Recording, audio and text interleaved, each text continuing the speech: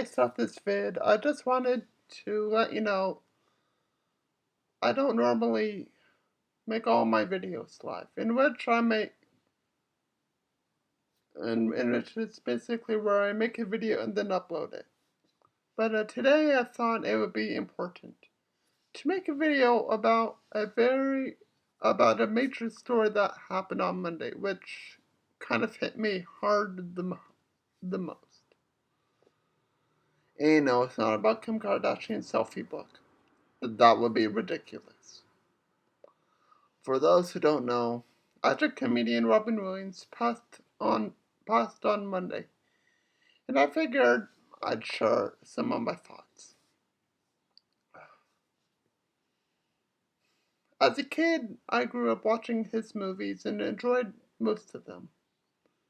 He was able to make me laugh for hours and hours, no matter what film he was in. Out of all the films he was in, he touched me most in Dead Poet Society. Ever since that film, I have never been so emotional. As his character John Keating once said, Carpe diem. Seize the day, boys. Make your life extraordinary. So true. So in tribute to a great actor, I say, oh, Captain, my Captain, you will be missed.